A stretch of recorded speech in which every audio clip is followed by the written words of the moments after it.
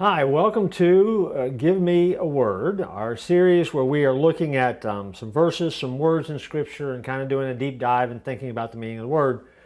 This is actually the second to the last episode. We're going to wrap up the series, not just the season, but the series. So this is the preamble to our finale. And so if you've enjoyed this series, of course, it lives out there forever, and so you can tell your friends about it.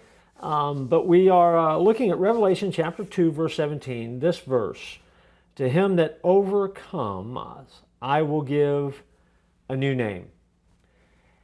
And I want to end the whole series with that over these next two episodes. I want to talk for a minute about when a person is given a new name. In society, when a person is given a new name, it means that they've achieved a new status, sometimes a higher level of society. The bestowal of a new name is usually accompanied by a person's elevation or a nobility or a promotion.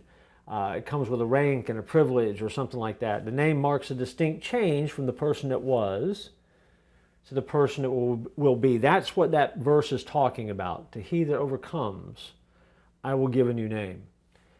In the scripture, you go back and you look at Abram.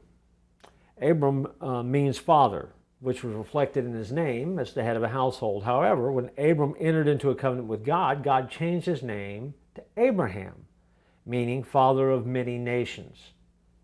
Slight name change, slight name difference. One means you're the head of the household, one means that you're father of many nations. This new name gave Abraham, as we know him, a name that was more in line with his new status. As a further confirmation, I guess, for Abram, God also changed the name of Abraham's wife from Sarai, which means quarrelsome, to Sarah, meaning princess.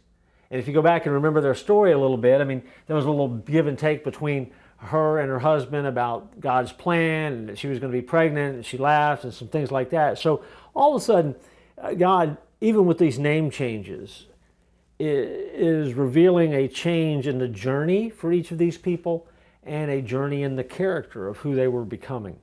If you look at the story of Jacob, Jacob means supplanter, and it denoted a mischievous side of the man's original character. In fact, when Jacob is battling with his brother Esau, even from the very moment of his birth, he was nipping at Esau's heels. I mean, that is Jacob, that is his story. But God then comes along and changes his name and gives him a new name, Israel, meaning a moment of surrender in a man's life. This new name became a turning point for him as he became what was the beginning of a nation of people that would bear the name of Christ. New names, big deal. Over and over again, we see in Scripture that God has an ability of walking into someone's life, and the changes that he makes also can be a name change. It's a reminder of who you were before is not who you are today. That name change given to the person who overcomes obstacles, overcomes the heartache, overcomes the difficulties, overcomes the detractors, overcomes those things that might prevent them or rob them from being who they were created to be. God has given you a new name. He's given me a new name. And that new name reflects to him who we are on the inside. And so today, as we wrap up this idea of getting a new name, let me challenge you with the call of Christ in your life to live up to the name that he has called you to. What name is that? Christian. Follower, a little Christ, if you will. Someone who models Jesus into the world. Be worthy of that calling. And I look forward to joining you for our series finale, I guess, next time here on Give Me a Word.